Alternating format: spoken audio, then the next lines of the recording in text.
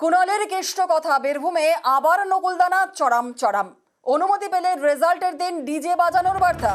রবীন্দ্রসঙ্গীতের বদলে ডিজে বাজানোর কথা কুণালের মুখে।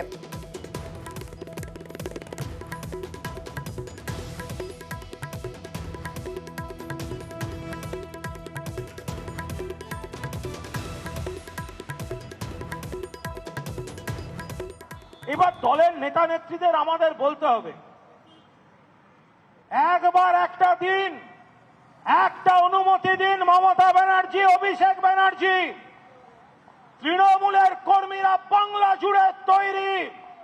কোন রবীন্দ্রসঙ্গীত নয়, রেজাল্টের দিন বিকেলে ডিজে বাজাবো সারা বাংলায়। যদি বীরভূমে ওই আবার নকুলদানা দিয়ে যদি জল না দেওয়া হয়, যদি আবার চরম চরম ঢাকের বাদ্যি না শোনানো হয়, এদের শুনতে হবে, কারণ এরা গণতন্ত্রে লড়ছে না। বিরোধী শূন্য করার রাজনীতি তৃণমূলের, তোপ শ্রমিকের। অনুব্রতর পথেই চলবে তৃণমূল, নিশানা বিজেপি মুখপাত্রের। ওর বাইরে তৃণমূল কংগ্রেস বেরোতে পারবে না।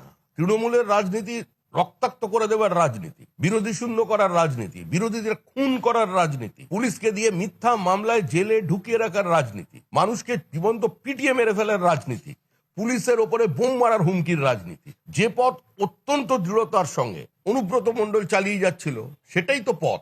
সেই পথের কথাই তো উনি বলেছেন, এগুলোই হবে।